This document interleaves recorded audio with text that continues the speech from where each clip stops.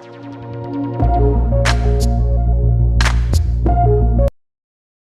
दोस्तों, आज मैं आपको सुनाने जा रही हूँ शरत चंद्र चट्टोपाध्याय द्वारा लिखा उपन्यास चंद्रनाथ। पार्ट 1। पिता के श्राद्ध के एक दिन पहले ही किसी बात को लेकर अपने चाचा मणिशंकर मुखोपाध्याय से चंद्रनाथ का मतभेद हो गया। इसका फल यह हुआ कि दूसरे दिन मणिशंकर ने अपने बड़े भाई का तमाम पारलौकिक कार्य अपनी देखरेख में कराया, परंतु अन्न का एक कण ना तो खुद खाया और न ही अपने परिवार के अन्य सदस्य को खाने दिया। ब्राह्मणों के भोजन कर लेने के बाद चंद्रनाथ ने हाथ जोड़कर कहा, चाचा गलती हो गई, आप मेरे पिता तुल्य हैं, मैं आपके लड़के की तरह हूं, अब की बार माफ कीजिए। पिता तुल्य मणिशंकर ने जवाब में कहा, बेटा तुम कलकत्ता रहकर बीए एमए पास करके विद्वान और बुद्धिमान हो गए हो और मैं शुरू का ही मूर्ख ठहरा।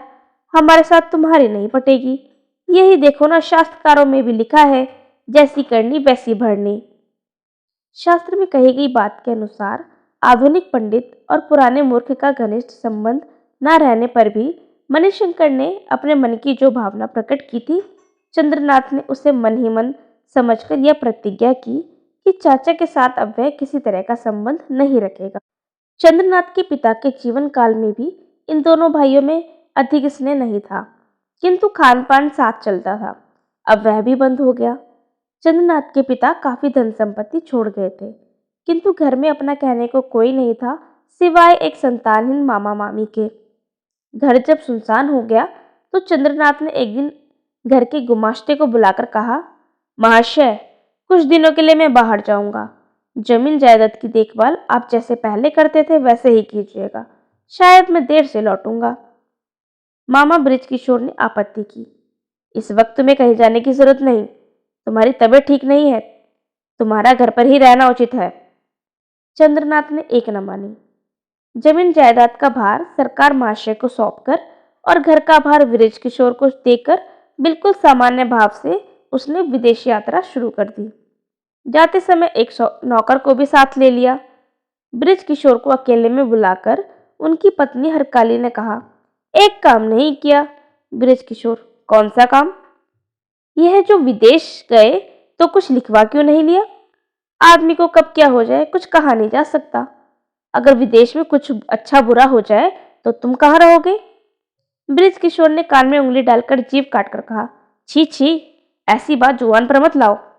हरकाली नाराज हो गई, बोली, तुम बेवकूफ हो, इसी से जुबान पर लाई। अगर चालाक होते तो जुबान पर लाने की जरूरत ही क्या पड़ती? किंतु बात ठीक थी। यह बृजकिशोर ने पत्नी की कृपा से 2-4 दिन में ही जान लिया। तब पश्चाताप करने लगे। 1 साल तक चंद्रनाथ कई जगहों में अकेले भ्रमण करता रहा। उसके बाद घर आकर स्वर्गीय पिता के लिए पिंडदान किया, किंतु घर में रहने की इच्छा ही नहीं हुई। सोचा कि कुछ दिन काशी में बिता के आए। काशी में मुखोपाध्याय वंश का पंडा था, हरिदयाल घोषाल। एक दिन दोपहर को चंद्रनाथ हाथ में कैनवास का बैग लेकर उनके घर आ धमका। चंद्रनाथ काशी में अपरिचित नहीं था। इसके पहले भी वह कई बार अपने पिता के साथ यहाँ आया हुआ था। हरिदयाल भी उसे अच्छी तरह पहचानते थे।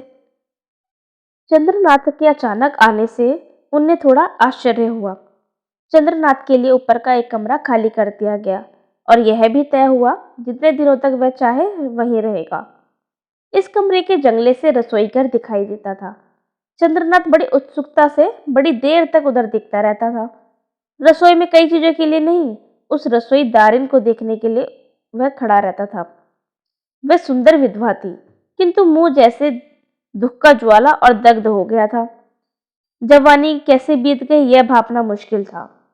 वह चुपचाप अपना काम करती थी। उसके साथ एक 10 साल की उसकी बेटी उसका रसोई में साथ देने के लिए आती थी। चंद्रनाथ प्यासी आंखों से यह सब देखता रहता। कुछ दिनों तक वह चंद्रनाथ के सामने नहीं आई।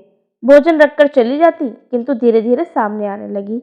एक तो चंद्रनाथ उम्र में छोटा था, इसके अलावा अधिक दिनों तक एक जगह रहने से कुछ अपनापन हो ही जाता है। फिर तो वह चंद्रनाथ को खिलाने बैठने लगी। वह माँ की तरह पास बैठकर उसे यत्न पूर्वक खाना खिलाती। अपनी माँ की बातें चंद्रनाथ को याद नहीं थी। बचपन में ही उसकी माँ मर गई थी और पालन पोषण पिता ने किया। माँ के स्थान को पिता ने एक सीमा तक पूरा किया, किंतु उसे इतना कोमल स्नेह नहीं मिला था पिता से।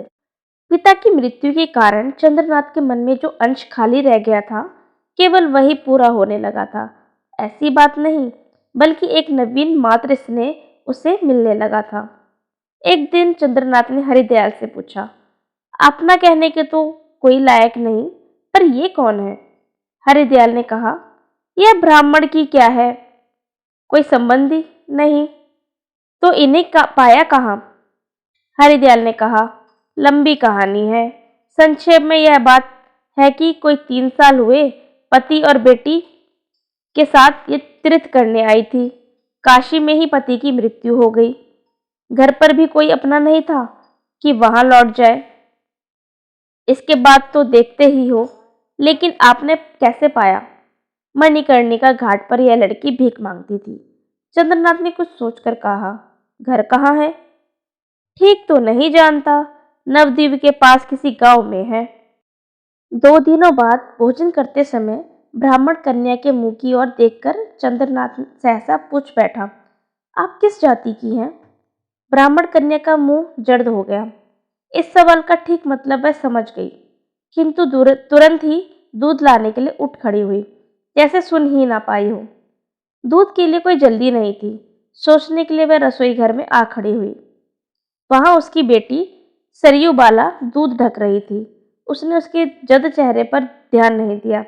माँ ने एक बार बेटी के मुंह की ओर देखा और दूध का बर्तन हाथ में लेकर एक लंबी सांस छोड़कर मन ही मन कहा, हे दीन बंधु, हे अंतर्यामी, मुझे क्षमा करो। चंद्रनाथ ने दूध का बर्तन लेकर पास रखकर बैठने के बाद फिर वही प्रश्न किया।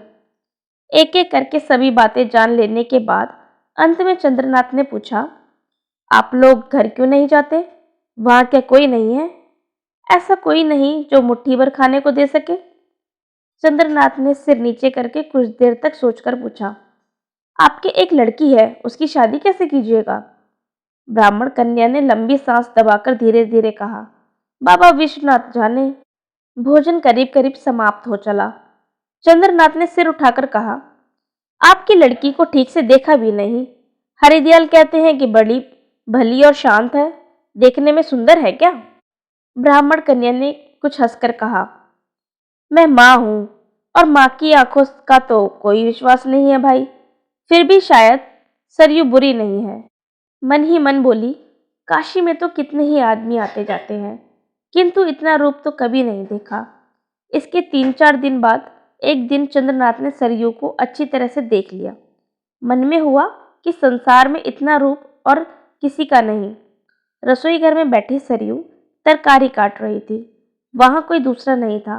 माँ गंगा नहाने गई थी और हरिदयाल हमेशा की तरह बाहर यात्रियों की खोज में।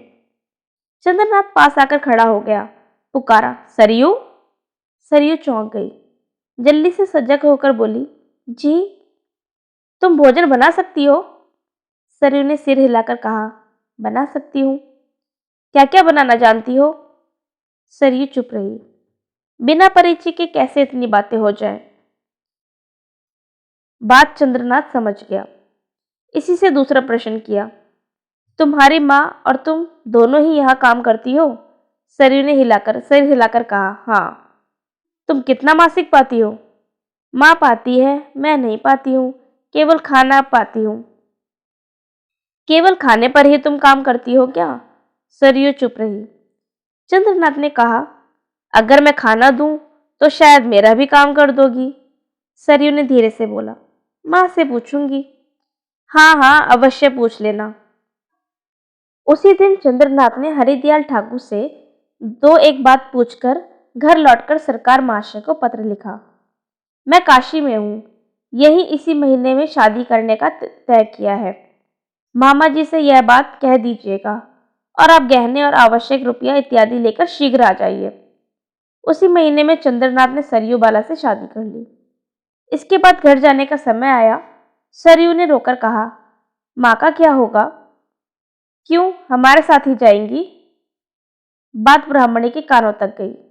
उन्होंने बेटी को अकेले में बुलाकर कहा, सरयू, वहां जाकर तुम कभी कभी मुझे याद कर लेना, परंतु मेरा नाम कभी जुबान पर मत लाना। जब तक जिंदा रहूंगी काशी छोड़कर कहीं नहीं जाऊंगी, और जब कभी तुम लोग यहाँ आओगे भेंट हो जाएगी। सरयू रोने लगी। माता ने उसके मुंह पर आंचल देकर चुप कराया और गंभीर होकर कहा, बेटी, लोग सुनेंगे तो सोचेंगे कि क्यों रो रही है। बेटी ने माता की गोद में मुंह छिपा लिया। कोई बात नहीं, माँ के लिए ही अगर माँ को भूलना हुआ तो इससे बढ़कर मातृभक्ति क्या होगी बेटी। चंद्रनाथ ने अनुरोध करने पर भी उन्होंने यही कहा, काशी छोड़कर मैं और कहीं नहीं जा सकूंगी। चंद्रनाथ ने कहा, अगर कहीं नहीं जा सकती तो स्वतंत्र होकर काशीवास में कीजिए। ब्राह्मणी ने उसे अस्वीकार करके कहा, हरिदयाल मुझे बेटी की तरह मानते हैं। अत्यंत विपत्ति के समय उन्होंने आश्रय दिया है। मैं भी उन्हें पिता की तरह मानती हूँ। उन्हें किसी तरह नहीं छोड़ूंगी। चंद्रनाथ समझ गया कि वह गरीब स्वाभिमान है, किसी की दया की पात्र नहीं बनेगी। इसलिए वह केवल सरयू को लेकर वापस आ गया। यहाँ आकर सरयू ने देखा, विशाल भवन, कितने ही सजे सजाए घर, कितना ही माल असाफ, उसके विस्मय की कोई सीमा नहीं रही। उसने मन ही मन सोचा, कितना अनुग्रह किया है मुझ पर, कितनी दया की है। चंद्रनाथ ने इस बालिका बहू का आदर करके पूछा, घर बार सब देख लिया, पसंद आया? सरयू ने अत्यंत लज्जित होकर आंचल में मुंह छिपा लिया, सिर हिलाया। हाँ। क्या कहा, पसंद आया या नहीं? मारे लाज के सरयू का मुंह लाल हो गया, किंतु पति के बार बार पूछने पर उसने किसी तरह कहा, सब तुम्हारा है। चंद्रनाथ ने हंसकर बात बदलकर कहा, हाँ, सब तुम्हारा है। दोस्तों, अगली वीडियो में हम पार्ट 2 सुनेंगे। आज के लिए धन्यवाद। अगर आपको ये वीडियो अच्छे लगे, आपको पसंद आई कहानी, तो आप हमें लाइक, कमेंट और शेयर कीजिए। Subscribe to my channel. Thank you for listening.